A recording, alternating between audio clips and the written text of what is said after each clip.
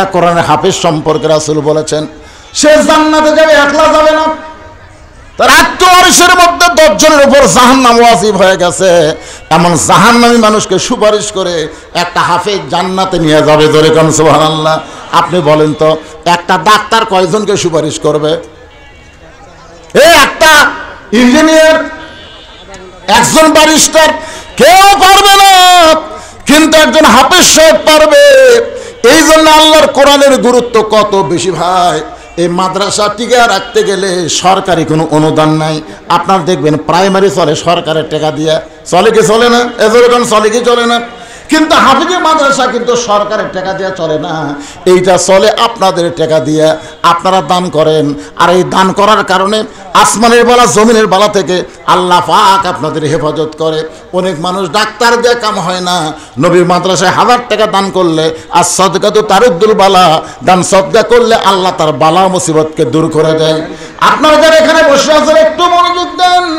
হযরত ফাতেমা বলতে স্বামী গো, হোসেনের হাতে কোরআন শরীফ দিয়া আপনি ঘরের মধ্যে ঢুকলেন, এইটা কি কারণ নাকি? আলী বলতে ফাতেমা এইটা কারণ না, দরজাত কতগুলো মেয়ে মানুষ দাঁড়িয়ে আছে।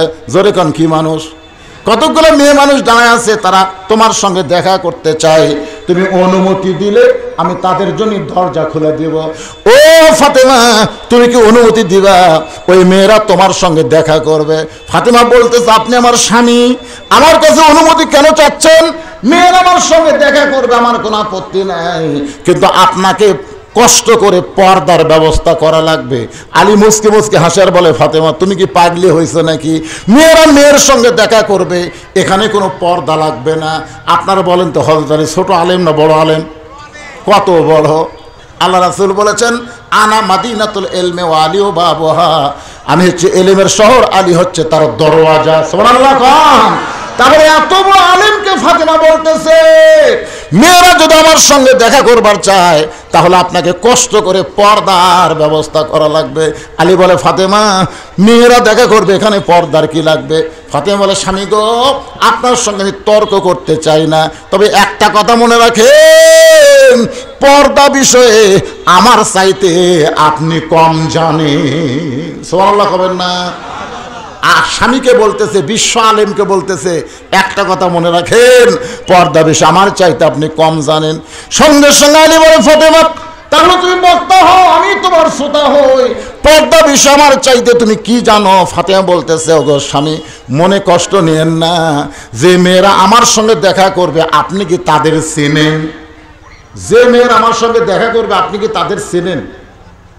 আলী কিন্তু চমকে উঠছে, যেই বলছে চেনেন কিছু বলবে।